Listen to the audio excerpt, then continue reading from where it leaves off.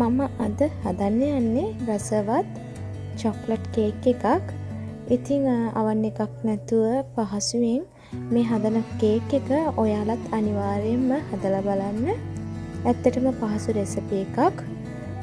Miss කරන්න නැතුව මේ විදිහට හදන්න. ඇත්තටම චොක්ලට් කේක් එක හරිම සොෆ්ට් විදිහට, හරිම රසවත් විදිහට අපිට හදා ගන්න පුළුවන් නිවසේදීම. ඉතින් වීඩියෝ එකේ දිගටම ඉඳලා බලන්න කොයි වගේද මම මේ චොක්ලට් කේක් එක හැදුවේ කියලා. මේ සඳහා මම පිත්තර සුදු මද 3ක් අරගෙන තියෙනවා. ඒ ටික මම හොඳින් බීට් කරගන්නවා. හොඳින් පෙන ගතිය එනකන්, පුළුම් වගේ ගතිය එනකන් අපි මේ පිත්තර සුදු මද ටික බීට් කරගන්න ඕනේ.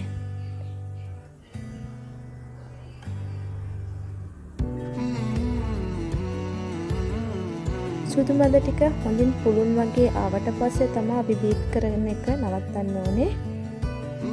දැන් මම සීනි ටික ටික එකතු කරනවා. කෝප භාගයක් අරන් තියනවා සීනි මම. ඉතින් ඒ ටිකත් එකපාරින් එකතු කරන්නේ නැතුව තුන් පාරට වගේ තමයි මම සීනි ටික එකතු කරන්නේ.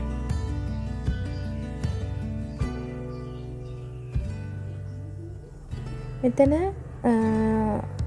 අනිවාර්ය දෙයක් තමයි බිත්තර ටික හොඳින් බීට් කරන්න ඕනේ. එතකොට තමයි අපිට කේක් එක සොෆ්ට් එකට හදාගන්න පුළුවන්. ඉතින් ඒ නිසා සුදු මද එක හොඳින් බීට් කරගන්න තරමට අපේ කේක් එක සොෆ්ට් වෙනවා. ඉතින් මම සීනි තුන් පාරට තමයි එකතු කරන්නේ.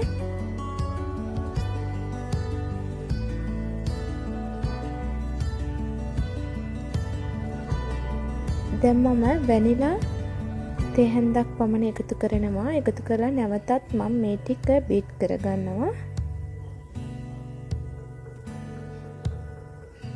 දැන් මම බිත්තර කහමද 3ත් මේ වගේ එකතු කරගෙන නැවතත් බීට් කරගන්නවා. ඒ වගේම පොල් තෙල් කෝප්ප කාලකුත් එකතු කරගත්තා මම. දැන් මේ ටික මම බීට් කරගන්නවා.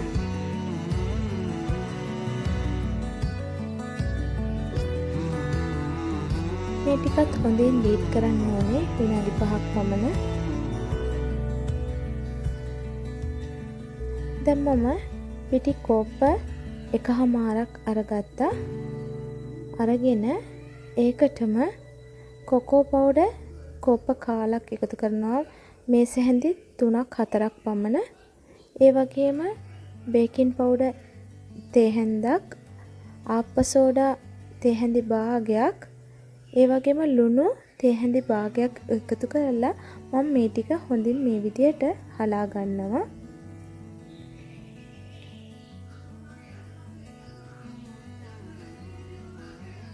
දැන් මම මේ ටික මේ විදියට හොඳින් මික්ස් කරගන්නවා.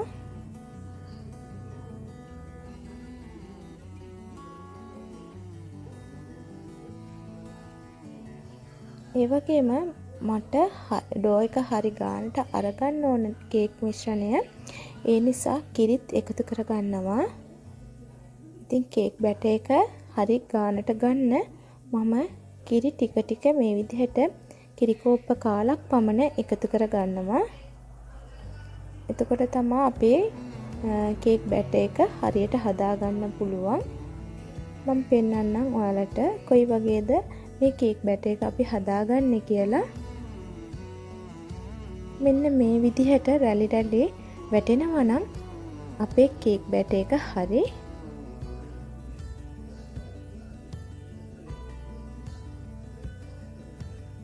මෙන්න මේක තමයි හරි පදම. ඉතින් දියාරු ගතිය ගොඩක් තියෙන්න හොඳ නෑ. එතකොට අපිට කේක් එක සොෆ්ට් එකට හදාගන්න බෑ.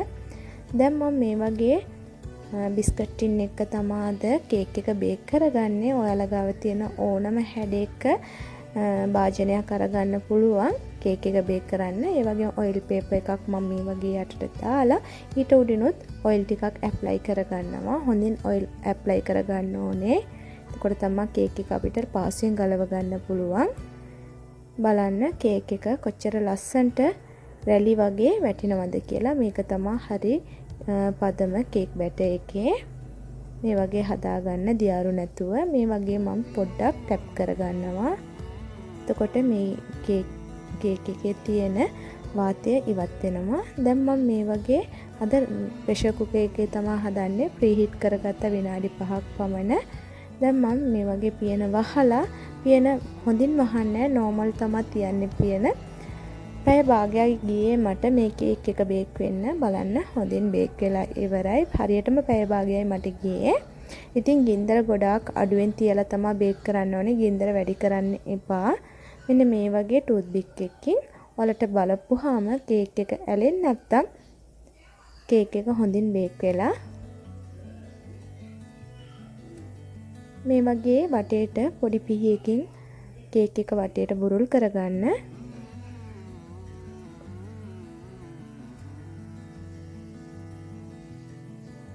දැන් මම කේක් එක අනිත් පැත්ත හරව ගන්නවා. බලන්න කේක් එක කොච්චර ලස්සනට බේක් වෙලාද කියලා.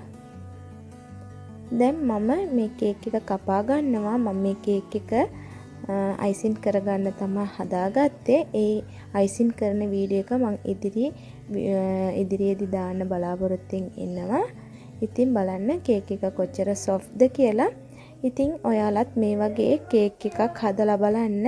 අනිවාර්යයෙන්ම හදලා ඔයාලගේ රස අතින් කමෙන්ට් කරන්නත් අමතක කරන්න එපා. ඒ වගේම ඔයාලා හැමෝටම සුබ දවසක්.